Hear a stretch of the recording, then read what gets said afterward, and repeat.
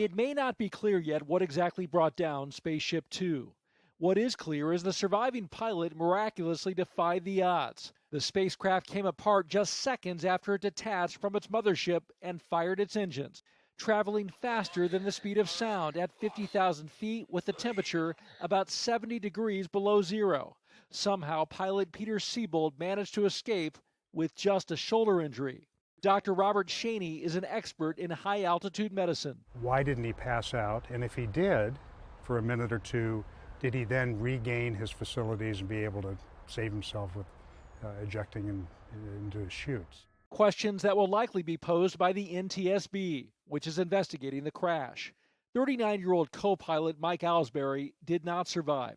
His body found in the wreckage, which spanned more than 30 miles. It's still unclear how Siebold escaped, but according to the Washington Post, Siebold's co-workers describe his escape like something out of a movie script, saying Siebold found himself flying through the air while still attached to his ejection seat. When he spotted the chase plane, he managed to give the pilot inside a thumbs up and then unbuckled himself at about 17,000 feet, deploying his parachute. For you to be exposed at 50,000 feet for any duration of time, it is a very severe condition because it's a really hostile environment. Art Thompson was the technical project director for Red Bull's Stratus. The amazing feat of engineering that allowed skydiver Felix Baumgartner to jump from the edge of space.